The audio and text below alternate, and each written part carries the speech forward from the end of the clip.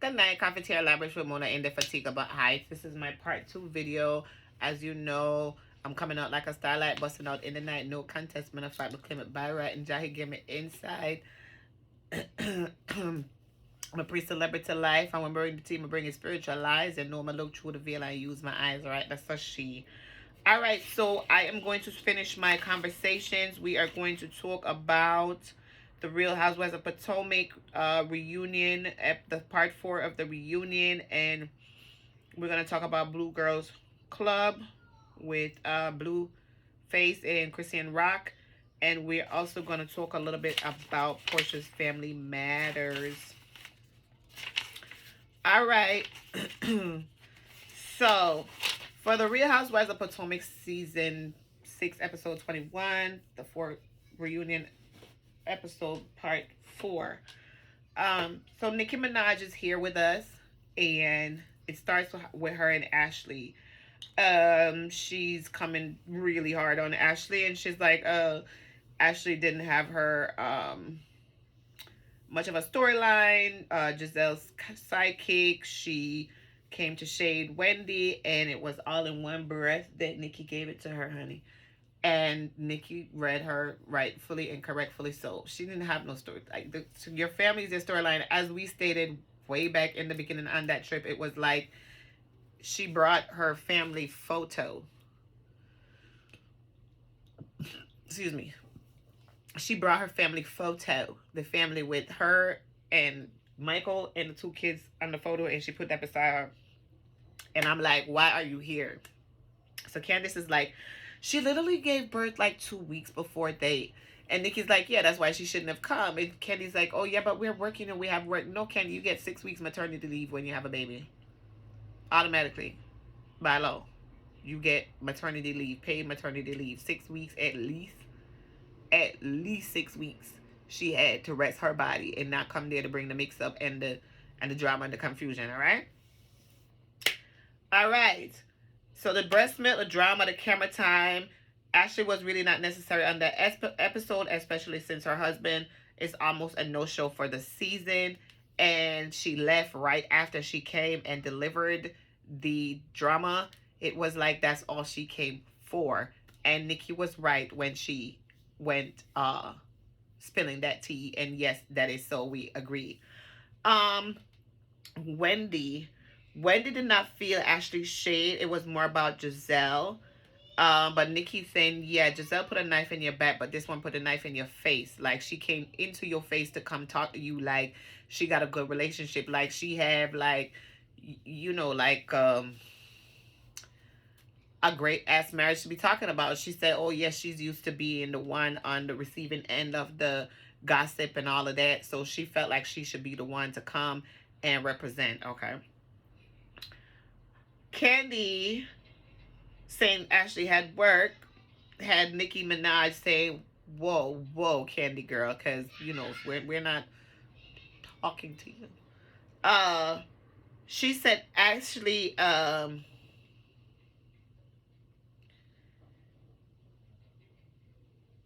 is there some form of extra sex stimulation? And Nicki Minaj went on to say that she felt like Juan and Robin have an extra connection this season. And is it about Robin making new money, or is it him trying to cop block by knowing that she's, you know, doing good on the show and not wanting nobody else to... I didn't see it. I didn't see that part. I ain't even gonna lie. I'm not gonna tell you no lie. I don't see no chemistry between Juan and Robin. Zero. None. Zero. Not. I don't see none. I ain't even gonna tell no lies. I'm gonna tell you the honest to God truth. There's no chemistry between them two. Their chemistry has been dead for the last 10 years. She wanted to know if Robin and Giselle are secret lovers. Yes or no. It still remains to be seen. Then she's saying not to tempt her because they talked about $2 billion to sleep with another woman. She said Robin looks really good. Yeah, Robin is beautiful and Robin looks really good, but she's not that tempting. Does Robin think Michael is sexually attracted to Juan? All of us think that Michael is sexually attracted to Juan. Every single one of us, the fan, the public, the production, Bravo, Andy Cohen, me, you, everybody, we think that. Ashley laughed. And Nikki's like, it's not funny. It's really nothing to be really laughing about. And she's kind of mad about the gay allegations because Nicki Minaj is like, does he have other gay friends? And that kind of implies that Juan is his gay friend and that Michael is a gay. Like, so either Michael or Juan are gay or both of them or whatever it is, allegedly. That was tea. Nikki telling Karen, I am the grand dame tonight. And does Giselle think her beauty is fading or is she giving a different look? Um, um, I think Giselle was looking beautiful when she came into the scene. She was looking young and beautiful. After a couple seasons, it's been 6 seasons, so yeah, she did have some tired looking times, but she looks great now. Like what I've seen over this season has been major improvement, and she actually looks great, and she's actually done a lot with herself. Her face looks good. She doesn't look tired. Yeah, she's coming with a different look. Um, Giselle had felt hurt about Ray's statement, talking about that she would die without a man or some shit, or her looks will fade or whatever. So Candice interjects again. She's speaking for Giselle. She says, she's working on it. Nicki Minaj, whoa, Candy, whoa, again. Um, why didn't Giselle and Jamal reunite before? And um, were they living off the church? And Giselle talks about the multiple streams of income that Jamal has and him starting out with the church, not taking any money from the church. And she also talked about, where they were in their relationship last year with her having her own money, buying her own house and, having her own finances. The difference between when they were together before, she thought it would have been good to maybe try to rekindle the relationship at that time. I totally understand where she's coming from. Karen and Ray's sex life, it seems reinvigorated. I'll take date, I'll drink to date, and I agree with it. Mia, does her clit surgery enhance the climax? And Mia says she brings beautiful exotical women into the marriage. So Mia is one of our swingers. Mia, Karen, and Ashley, um, if they had 100 million in the bank, would they have still married older men? Ashley said maybe not. At 22, she was attracted to Michael. And Nicki Minaj asked, what were you attracted to? And she said, he was dynamic. I was physically attracted to him. Okay, Ashley, we'll give you that. Um, them taking a break and Wendy going through Nikki's cards, that was not received well. And you could tell that Wendy was wondering who the hell told Nikki that she was going through her cards, honey. Production will do that for you, baby. It's nothing hidden, all right? Um, Candice interrupting for the 10th time. Nicki Minaj says, go in the back and get your projector till I'm done, child, because I'm done. So, of course, that was not accepted well. Candy, she holds her composure. Mia thinking everybody husband wants her is a dub. Wendy, with the Eddie and the booty models. Candice mom dragging her husband, are some of the things that they went over. Does Wendy think she has to compete with the booty models? Wendy's like, no. And she said, I still didn't get my booty like extra size like the booty models do. So it really doesn't matter to me. It doesn't matter what Eddie looks at. I don't know what he follows. It doesn't matter. Candice mom, she really got to tone it down. Candice is on the R&B Billboard. She was number 24. Excuse me. She's number 4 in iTunes, and she sold 22,000 copies so far. So she hasn't done bad. She's done pretty good with her music. The song is not bad. I like it. New song out. And she said, can you sing something for us? And she said, never mind, something a cappella. And everybody telling Candice to sing. Mia keep digging at her like, go ahead, sing, sing. Candice sang, girls. Candice sang. She sounded damn good. She sang a cappella. And the reunion was done. Chris was not happy. He didn't feel good about that. He was upset. He was like, he didn't like the line of questioning. He didn't like something about what Nicki Minaj was saying. I was in a chat room on Twitter Space yesterday with Jay with a T on Twitter, which is one of Candice's stands. And they had a good discussion with Chris. Chris Bassett and Candice were actually on, but it was just Chris alone answering questions about the relationship, about the blogs, about the reality show, about how they are portrayed, how they feel about, how they're made to look, and so on and so forth. It was a very good discussion, a very good conversation. I was on there for like 45 minutes. As I said, I do like Chris Bassett. I like how he writes for Candice. I like how he stands up to Candice. I like that there's an equality in their relationship. I like the fact the relationship doesn't seem broken. They know how to deal with each other. They know how to reel each other in, and they know when to go hard with each other. Like, like it's just what it is. So that's that for the Real Housewives of Potomac episode 4. Overall, I'll say Nicki Minaj did a good job. She did ask the strong questions, the hard questions that maybe Andy Cohen probably, would be reluctant to ask at a time like this. And these were questions she said coming from her. There were only 2 questions that came from production. And those 2 questions weren't really like anything that we really would want to talk about. But what she did bring, she brought a little bit of flavor, she brought a little bit of sauce, and she brought a little bit of juice. So I did like the episode. I did like having her come in for the reunion. I did like the way how she went in. She told the truth and like hit Ashley with some hard pressing questions that we've all wanted to know for the past 6 seasons. Yeah, Ashley didn't like it, but the truth is the truth is the truth. So that's what it is, and that's what is up. So that's it for the Real Housewives of Potomac. Season 6, episode 21, the 4th episode in the reunion. And our Real Housewives of Potomac are done for the season. So we'll be talking about Real Housewives of Salt Lake City. And I do want to go into Porsha's Family Matters. So Porsha's Family Matters, I did watch Porsha's Family Matters, and there was quite a couple questions. I didn't even make notes on Sunday night because I just watched it. So there's a lot of stuff going on Porsha's Family Matters. I get the idea that Porsha wanted to have the reality show look a certain way. By the way, it's a spinoff of the Real Housewives of Atlanta. So it falls on the Real Housewives of Atlanta, but it is a spin-off from Real Housewives of Atlanta. And so, just to let you know, it has like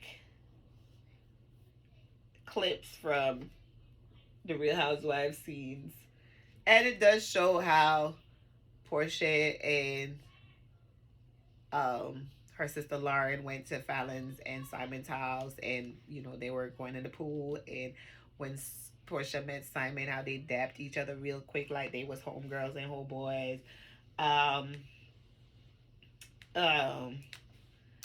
Now she said that she and he started talking with him, it sliding into her DMs. He said that she slid into his DM when he announced that he was getting divorced. That sounded a little late to us. Everybody has questions about the timeline of their relationship. She said the relationship had been a whirlwind, and she insists that it wasn't until his divorce was already underway. And she said when they announced that they were engaged, the paperwork between him and Fallon hadn't been signed yet to do the divorce, and so that meant that she was being engaged to this married man, and that made her feel bad. Okay, Porsha, you didn't even wait like 3 months, like 6 months for the divorce. Like the divorce was not even finalized before you came out saying you was engaged. That's crazy.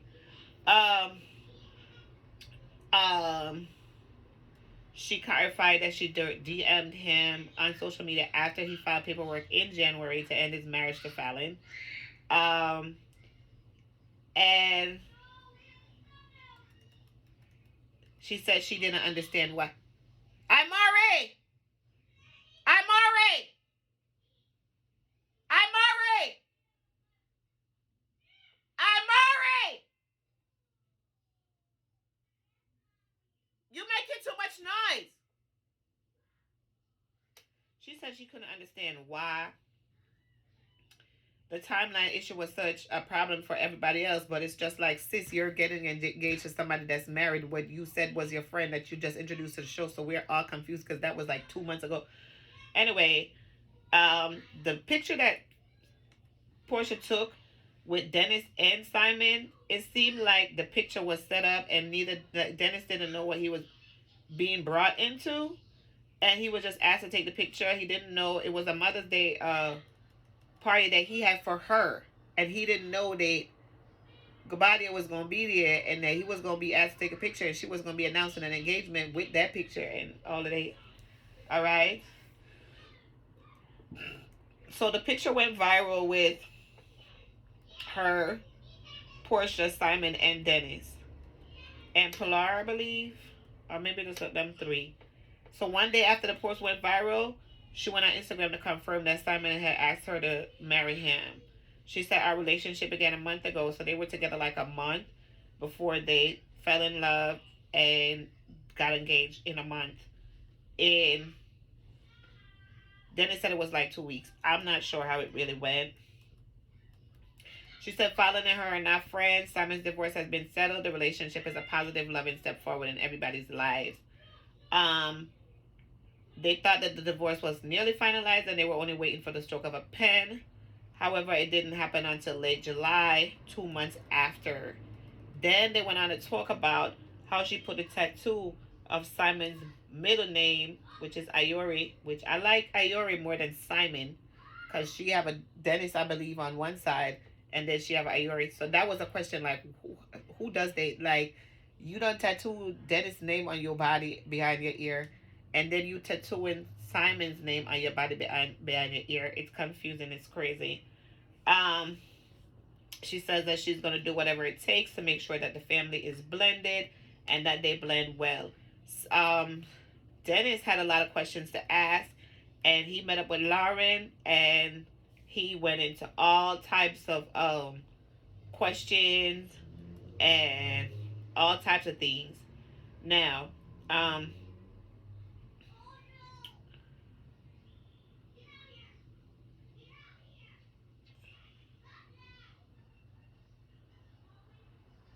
she was put in the hot seat by her family, and Dennis was the main one asking all the questions. He wanted to know if Porsha accepted the proposal after only 2 weeks of knowing each other. Porsha said that Simon DM'd her when Simon said it was the other way around. Um,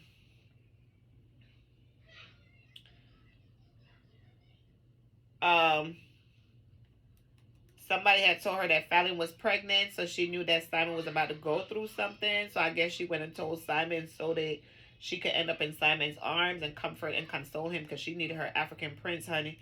Um, she was offering support and they fell in love. So Porsha knew what she was doing. Um, she said she's never had any communication with Fallon. Um, he said that Dennis said that Porsha asked for the ring back in December, and after she asked back for the ring, she said that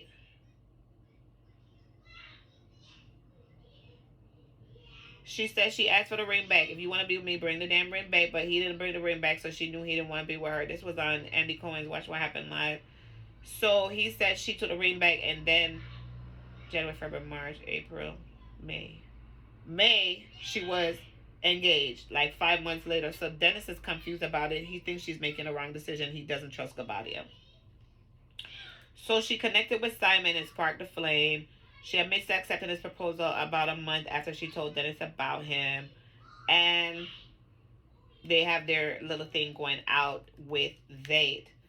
Dennis also talked about, he talked about it. He talked about the tattoo. He talked about her, Jera! Jera! Jera! Bring Imari in the bathroom. It's time to bed and go to sleep because I'm making my video and it's very disrespectful. I'm done.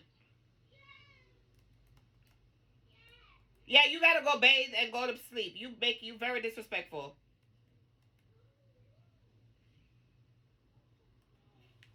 Very, very disrespectful. You're making too much noise. Nah. Mm-mm. I'm not doing that.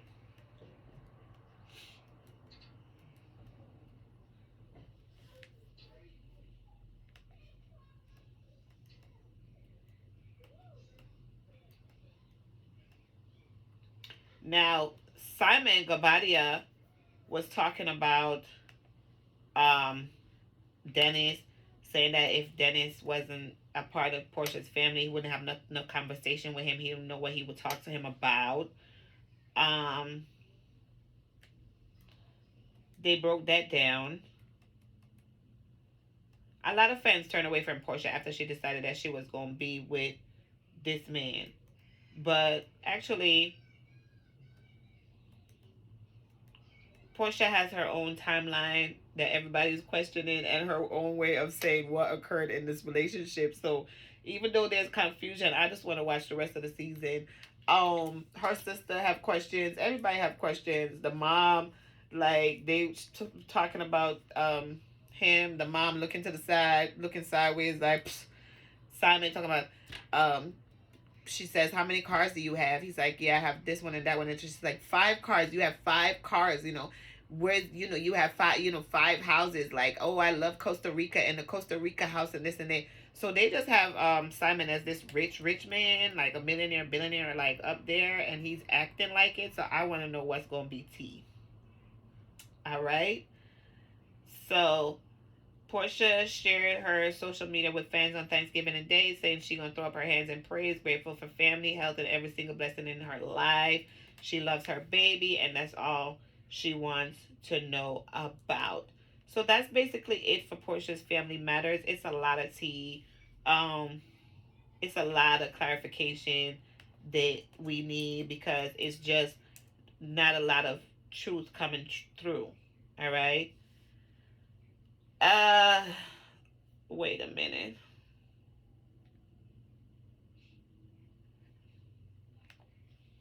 Let me give you a little bit more.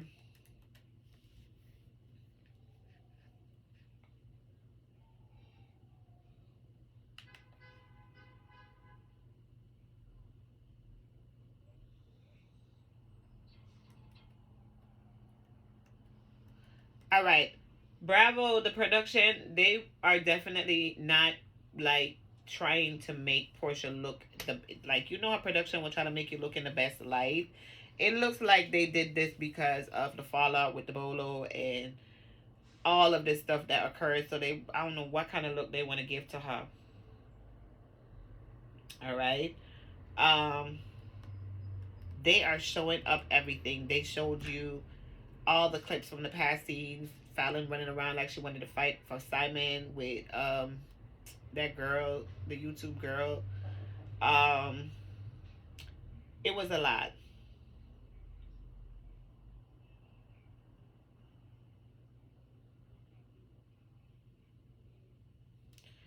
Fallon was already pregnant when her and her husband got a divorce for somebody else. I'm ready to watch episode 2 because I want to know what next week is gonna bring.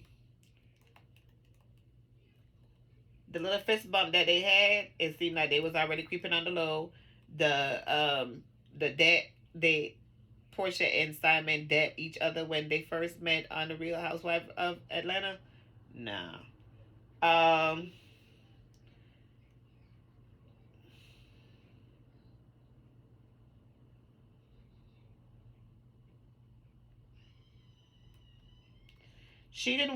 Portia didn't want him to release some pictures, personal stuff that he released, including the picture of the tattoo, because I guess she didn't want nobody to know about it. Like that was supposed to be between them or whatever. But Simon looks like he's a big time clout chaser, and he looks like he's gonna be looking for clout the whole time they together. I don't even know where they at right now. But honey, oh my God.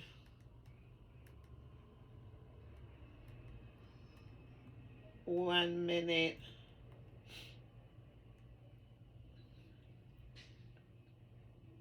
Then Simon talked about having a side bitch and in Africa, and the way he talked, he's not like an upright talking man.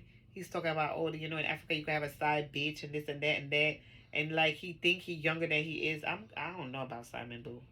I don't know if he gonna be what Portia made him out to be. I have not seen Portia kiss Simon on his like give him a tongue kiss. It's like perfunctory kisses. So I want to see if they really have a relationship or what's going on because this is very hot tea, boy. Um, It's crazy. I don't see any love between Porsha and Simon. I just do not see any type of chemistry. Um, two tattoos by two different men with their name on her body. She's doing a lot. Um, I don't know if Dennis really cares or if it's for the storyline. I'm really trying to figure that part out because I'm a little bit confused about what Dennis' role is or what it's going to be. Uh,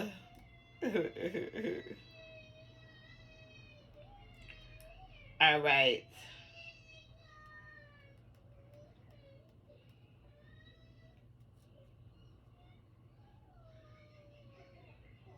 They said the show overall. They said the show got Porsha looking real bad, like loose. uh, okay. So Fallon had got a divorce in July and had a baby by another man in November. So we already know things weren't wrapping tight around here. She was clearly pregnant by another man while she was still legally married. It's a lot of dirtiness going on. Dennis was everything for me. I want to watch the rest of the scenes because I want to see what Dennis is going to bring. Because Dennis is going to be the bone carrier of this Portia's Family Matters. Um, what else? Um,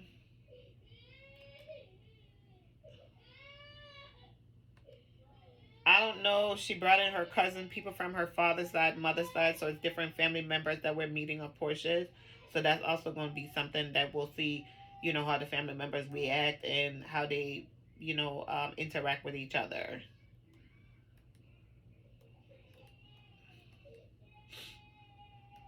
All right. So that's the tea for me. Um, that's all I have today for that with Portia's Family Matters. So next episode I should have a better review because I could really understand. This is the beginning, so it's just a little bit like we got to figure out exactly where they're going with that. Her and production, like what are they trying to make it look like? Is there going to be a wedding? I doubt it. I don't think Porsha gonna stay with this man because the man don't seem like he have the money that Porsha want or looking for, and I think it's a lot of like the man is fronting about what he has, and I don't think that's gonna work out too good with where Porsha is concerned because nobody's interested in date. So I don't know how they're gonna work that part out. I don't know exactly what's gonna occur, but I don't think that it's gonna end with a wedding. Personally, yeah, I don't think Porsha wants to marry that man either. All right, so let's talk about Blue Girls Club, Blueface, blue.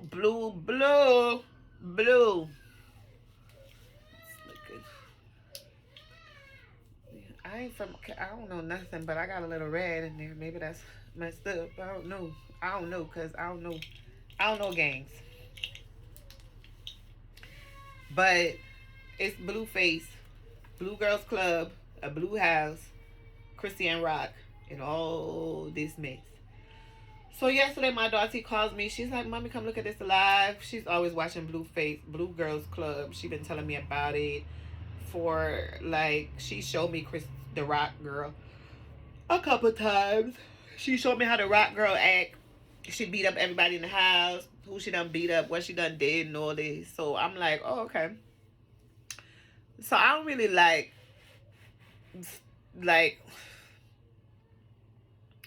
I've been hearing about Blueface. I've been hearing about the Blue Girls Club. I've been hearing about the first season till now. Like I've been hearing it's gonna be a Surviving Blueface soon. Maybe I'll do Surviving Blueface. Because we have people that's blogging about it, but they're like friends with the security and friends with the management and friends with them.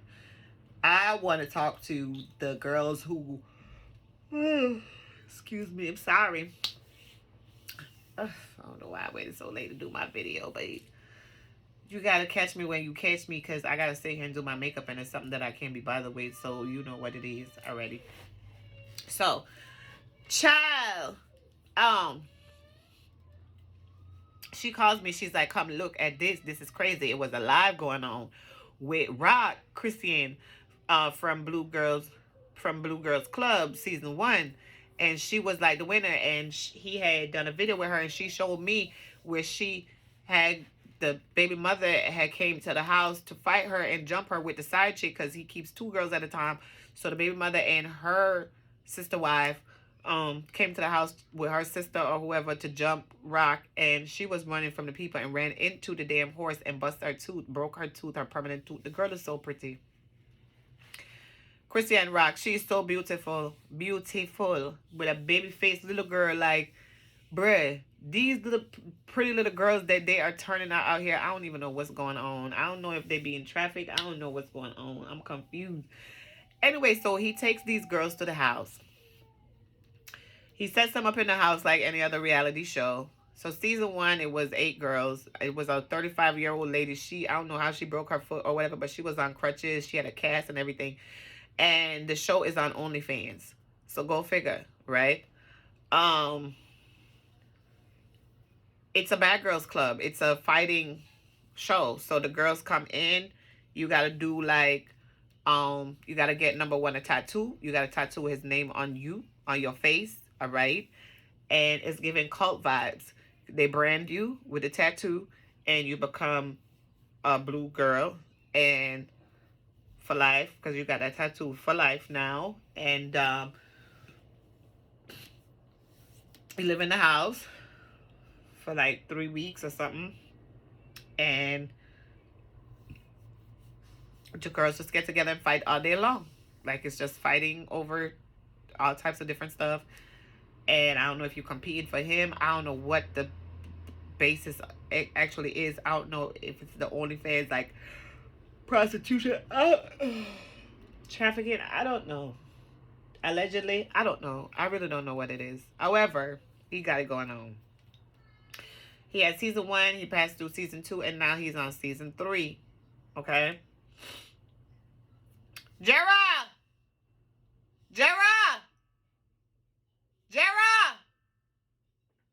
Tajera! Come here, quick, please. Right, so now he has season 3 that he's doing now. The girl, Chrisean, when she was living in the house, she was like, I guess, one of the main girls or whatever. He signed her, she said. And they did a song. She did a song, a couple songs or whatever. And hi, take that and help him with date, because it's getting late and I'm still doing this. So please help me. So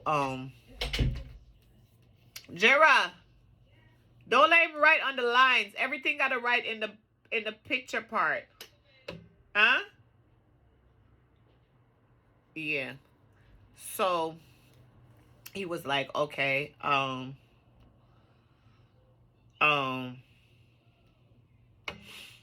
girl Chrisean Rock, they was pretty good together.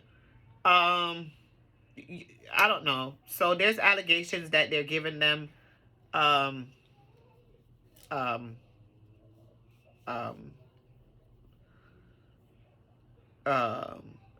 mood enhancers. I seen one dude pouring something from a nipper bottle or something into a Sprite bottle. They said maybe that's the lean. I don't know.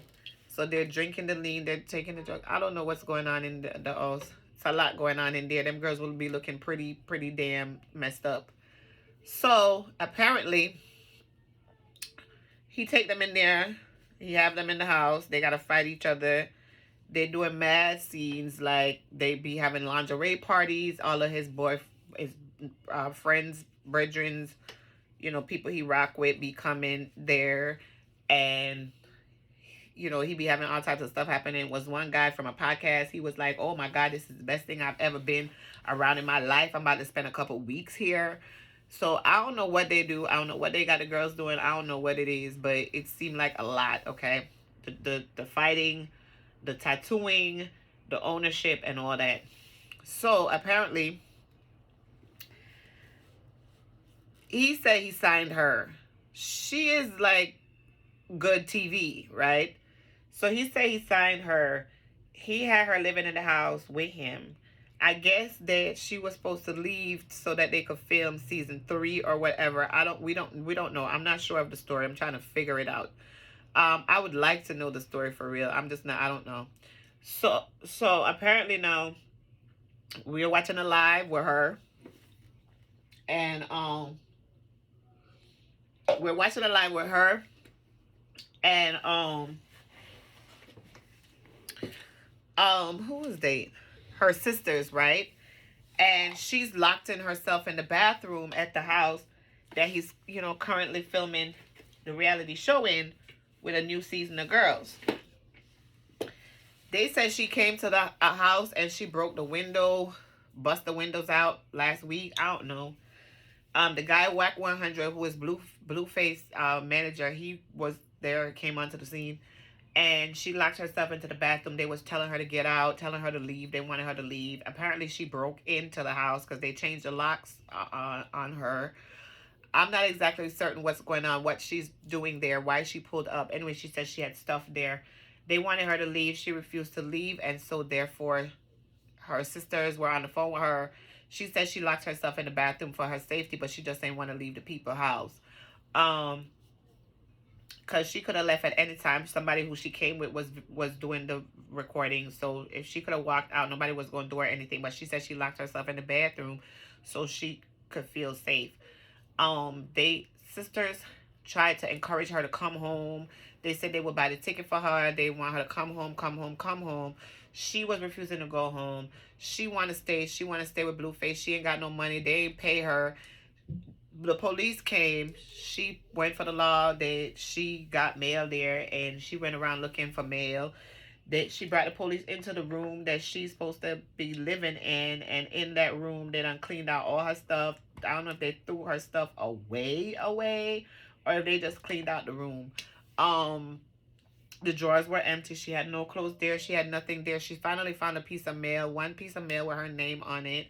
The police were there. They were saying, well, technically, you're trespassing. He's saying that he want her to leave Wack100. He's saying he's the owner, and he just bought the house like 2 years ago. She said she's been living there 3 years, and it was just a bunch of stuff, and it just was going on and on. The police ain't know how to handle it because they're like, okay, she do have mail here. Like, do you live here or not? Like, what's going on? He said, okay, the owner is on his way. Blueface came. He was there, like, trying to talk to her, like, yo, shorty, like, what's going on or whatever. And the Wack100, before Blueface came, like, with the police, he was like, listen, we don't want to do business with you no more. Like, our business with you is done. We don't care what you do. You could go eat dog shit. Like, it don't matter what you do or whatever. Like, we don't want no business. So she's like, why, miss, ma'am, lady, you are a troublemaker. You are a liability. You acting crazy. You can't force nobody to work with you in the industry. You don't have a contract. You don't have nothing written. There's no verbal agreement in the industry. If you don't have a contract, Bootsky, you got nothing. Like, you let yourself be put in the studio, recorded, and doing all this, and you ain't got no written contract, like, to say, okay, this is what we gonna give you. Ain't nobody, like, they're playing games with you, using you, putting you out there, using you to do all types of things. I seen you kissing females. I seen you, like, doing a lot of stuff. You said it was your first time kissing a girl. I don't know. Girl, it seemed like a lot of stuff was being done, and you was doing a lot, you did a lot, and you was caught up, and at the end of the day, nothing to show for it. You young, so nobody could really judge you, but at the end of the day, sweetie, take your losses and leave. Run for the hills, booby. I know you want to be Hollywood. I know you want to be famous. I know the touch and the taste of what you got is everything to you. You felt like you was going to stay forever. You felt like you was his forever, ever. Ever, ever? Ever, ever. Instead, sorry, Miss Jackson. I am for real. Never meant to make your daughter cry. I apologize 1,000 times. Sorry, Chrisean. You gotta go. Right? What was done to you was not pleasing. It was not cute. I was very like scared for you when Wack100 was saying that he is gonna put you out. Like, bodily was gonna put you out, and they had to, like, stop that nigga. And he was like, oh, you gotta go out one way or the other, and he'll take the L and this and that. I don't know what you did, sweetie. I don't know what you did. even if Blueface is Wack 100 artist and Blueface want to sign you as his artist, if Blueface has a label, he can do that.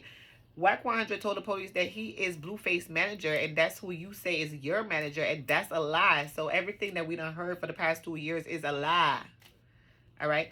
All the music they promised you was going to do, all the things that you was promised that you was going to do, it seemed like it may not occur. I don't know if it was a publicity stunt. I don't know what's going on. Then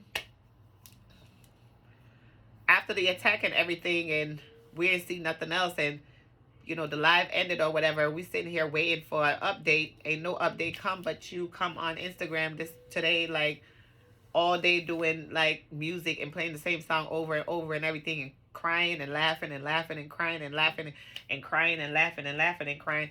Girl, you bring too much confusion. Girl, you confuse my spirit. I don't know what to say. I don't know what to do. I don't know if I pray for you or like plead the blood of Jesus. I don't know. But I know that you need to pick your losses, pick your chin up, and go. You will find a way, but sweetie, you won't protect yourself the next time. You got to keep your family close when you young like that. You don't let nobody pull you to the side and manipulate you and take your brain, all right? Because they will fry your brain cells out here, and you don't need that. So then, wait, what's his name?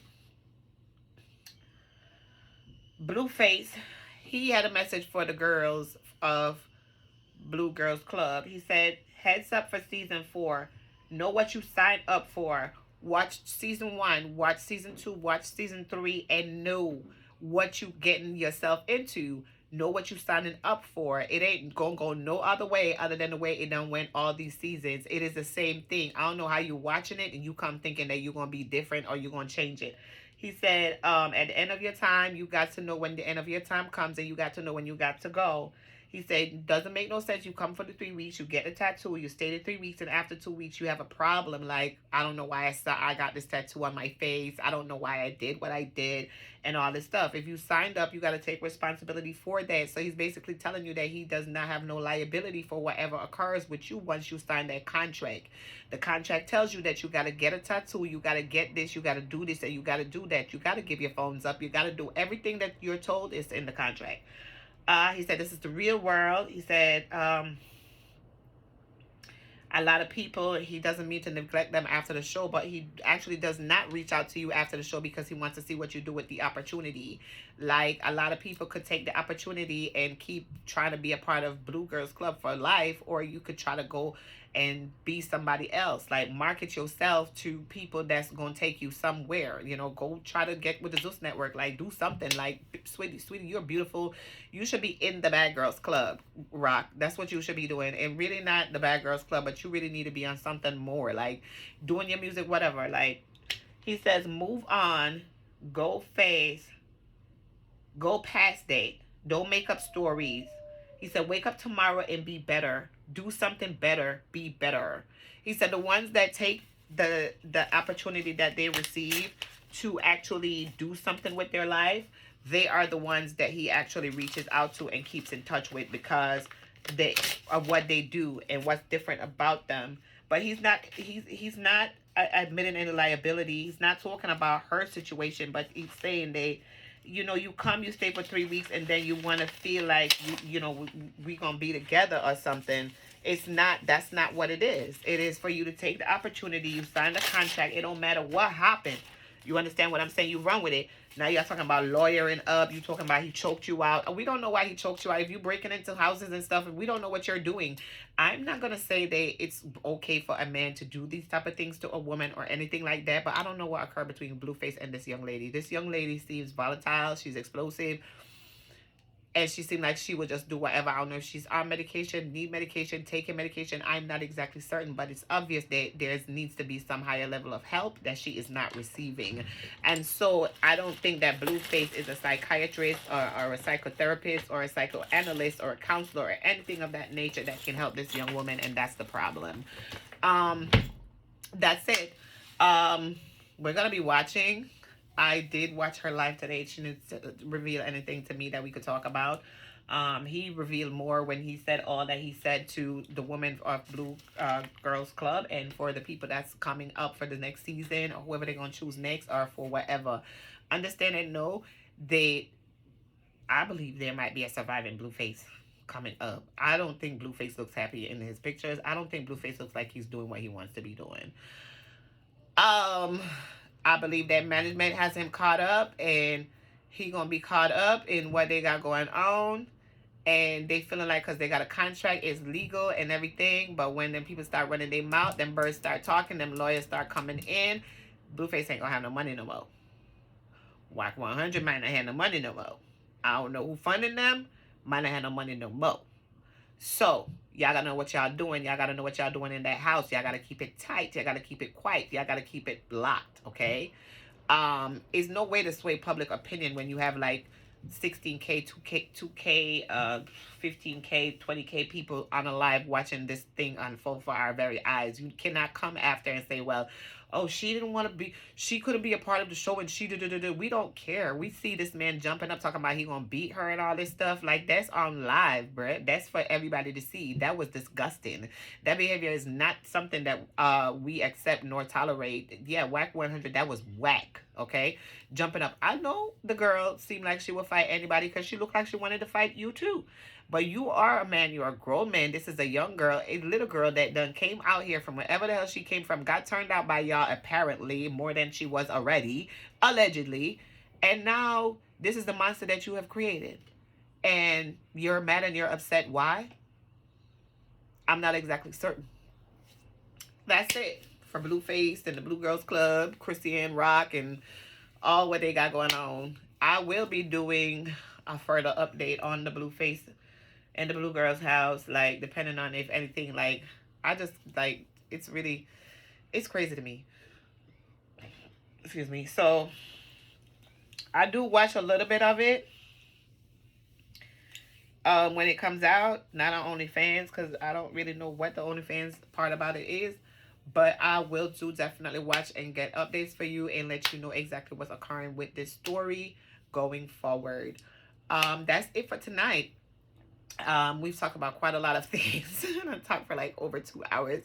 Once again, it's Cafeteria Lab with Mona Indefatigable Heights. And as I said, if you like what you see, don't forget to like, share, comment, drop your feedback. Thank you for becoming a subscribers. We're actually at 2K subs now, and I'm very, very happy about it. So we're gonna change our video, our intro video, or whatever video that is on the homepage. I'm gonna change that video and give us like clips of like my funniest scenes of the videos that we have posted so far, or I'll do something for our 2K subs. You know, but the biggest one that I want to go for is the 10K. But that will happen. I'm excited that we keep going. I'm excited that we keep growing. I thank you so much for being a sub of Cafeteria Lavish. I thank you for giving me an energy. I think we had a great time. Oh, Common and Tiffany Haddish. So I never really thought Common and Tiffany Haddish had any really chemistry either. I've never really seen them together. So I don't know. They have split after a year of dating. Common and Tiffany Haddish. Wait. They have split after a year of dating. And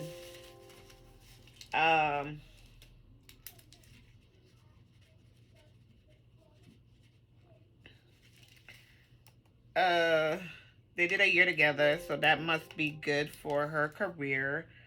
I don't know what it did for his.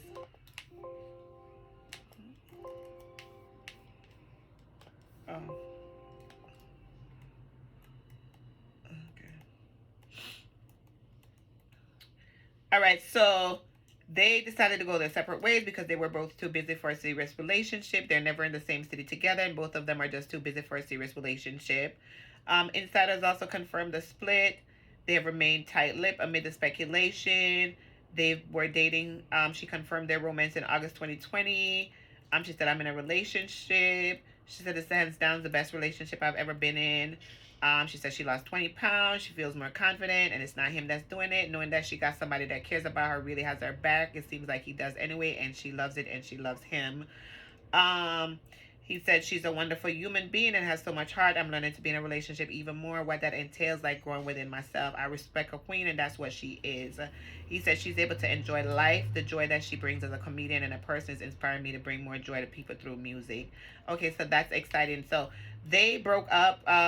They just saying that they grew apart. They've been living apart. They don't live together, and they're never in the same place. So this little publicity relationship is finally over. I don't think that they were really dating. I really don't. I think that this was a publicity stunt. She needed, she was coming up 2020 to 2021. Now is was her year. 2020 was her year, I think. And I just think that they needed to have that perfect relationship as well. So with that, that's what happened and that's what occurred allegedly, I think. So, good luck to them in their new relationship. So she does a picture of herself smoking with herself on YouTube, her caption, and she said, "Caption this." Um, and that was her little joke on Instagram about their relationship breaking up, and that was about it. So yeah, I wanted to discuss that, give you the update. They're no longer dating. We expected that. We didn't think they were going to be together for that much longer anyway. Um, what else did I want to talk about? Oh, okay. So I want to drop in this part. BTS. I did my BTS. I did my BTS review for the American Music Awards last week, and I got a comment that said that our microaggression against the Korean people is insensitive, maybe insensitive, and I did say they thought that they were for women in the group, and I did allege that they were trannies and so on and so forth. I do want to take that back because it is not within me to determine or out people or decide who they are or whatever, and especially people that are not within the culture that I am from. So even though like in the United States, like even my culture, Jamaica, where I am from, like it's not as lax as in the United States with free speech and all of that. But at the end of the day, I still do not want to be insensitive to somebody, especially with their culture. Especially with people who are not speaking English, we're not speaking the same language. And so for me to allude or allege certain things is just not right, or fear within that demographic of not knowing their actual culture and not knowing the things that Korean people have to go through with, people trying to like stereotype them or say that they have to fit a certain image of what a man is supposed to look like or anything like that. So I'm not going to discuss their discography right now. I just wanted to go ahead and, issue like an apology to BTS for saying that, there were transgenders in the group, or saying that there were women in the group, or saying, anything of that nature, even though, they're just beautiful to me. And so I don't know how to explain it. And it's not funny. But it is what it is. And so therefore that's something that I wanted to go ahead and talk about for a quick second, just to let you know I do take that back. I do apologize to BTS for saying those things as if they were fact. I want to apologize for saying that there are transgenders in the group, and I also want to apologize for disrespecting their culture or being insensitive to their culture, because that is not what Cafetiere Labrish is about. I am a blog. I will talk about people. I will say things that not everybody's going to like or not everybody's going to be pleased about. Yes. Not even with me use the tablet, because I will do that to my, I will not do that to my tablet. I will not. Right. So as I was saying, like, I want to apologize to BTS for that. I do not subscribe to hurting people like intentionally or purposely, especially with the culture and just like them being Korean, and I don't know what that means to Korea, and I don't know what that means to Koreans, and I don't know what it means. So I don't want to do that. I don't want to be that person. I do want to observe. I do want to report my observations, what I see, and talk about people and so on and so forth. But to like about people that understand and are able to meet me at the same place that I'm at. And BTS is not able to do that because we do not have the same language and we're not from the same culture. So I apologize to them because of that. So that's something that I wanted to let you know. My apologies to BTS. I am totally and enthralled by their performances, by their work ethics, by their efforts and everything else. I'm very proud of them, and I admire them very much as far as the work that they've done and how hard they are working to do what it is that they do. I also was educated that it's only men that go into the army, because I did want to know if men and women were able to go to the army, and it's men only. I also was educated to the fact that it is the army, it's the government that is trying to have BTS receive their exclusion from the army because of, you know, the great work that they've done, you know, like their ambassadorship, like just being able, you know, whatever is going on in their culture. And it's not any member of BTS that is trying to elude or trying to not be a part of the army or not do their diligent duty when it comes to serving their country. So that's something that I want to talk about as well, that it wasn't them that are looking to avoid going into the army. It is the government that's actually saying, you know, this is something maybe they deserve or whatever. And I do want us to definitely pray that BTS receives a Grammy, so that whatever it is, that wherever it is that this group is supposed to go or whatever is supposed to happen for them can happen for them. Definitely. I also wanted to talk about the great performance they had with Meg Thee Stallion, because we've been looking for that in the US. We wanted to see them all on one stage, and we got that. Meg was very hyped. She was very up for the performance. She looked good. They looked great. And I am very excited about their performance. I'm excited for whatever else they're going to have going forward in the United States. And that's it for BTS. I want to thank you so much for listening to me. Thank you for giving me your energy. Thank you for always coming into Cafeteria Lavish. Thank you for 2,000 subscribers. Thank you for loving me, listening to me, laughing with me, and sitting up for my jokes and my near misses and my noises from Papa and his screaming and shouting in the background and all of that. So I want to thank you. At some point, I will wear my sound. Okay, so all right, so let's just talk about it for a minute. We're gonna have some changes, right? So you know we're moving and everything, but in addition to moving and everything, like I need to clear my desk. So I am gonna clear my desk so that I have my desk that I could actually do the videos. The videos that I want to do, I'm gonna be showing you pictures and videos with my laptop and everything. I can do at my desk. I'm able to do that because the work computers are there and they're gonna be moving. For my mental health update, I am feeling really good. I'm feeling much better myself. I spoke with the manager of this facility today, and we spoke about a couple of things, and we also spoke about like the harassment and the discrimination, the fact that I received a closing letter from the DOE about their findings in the investigation of the discrimination against me, and that I'm asking someone to contact my neighbors to let them know that what they're doing is illegal so that it can stop.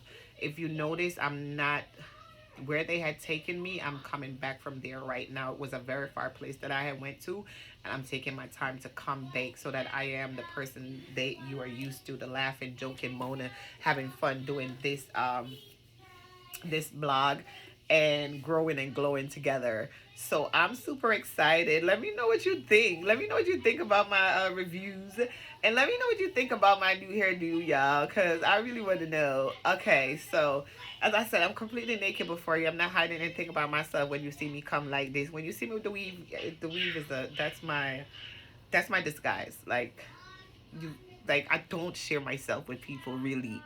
So I am sharing myself with the world, but I don't really know y'all. So it's easier for me then to like look up at people that I know faces. It's just so weird of me.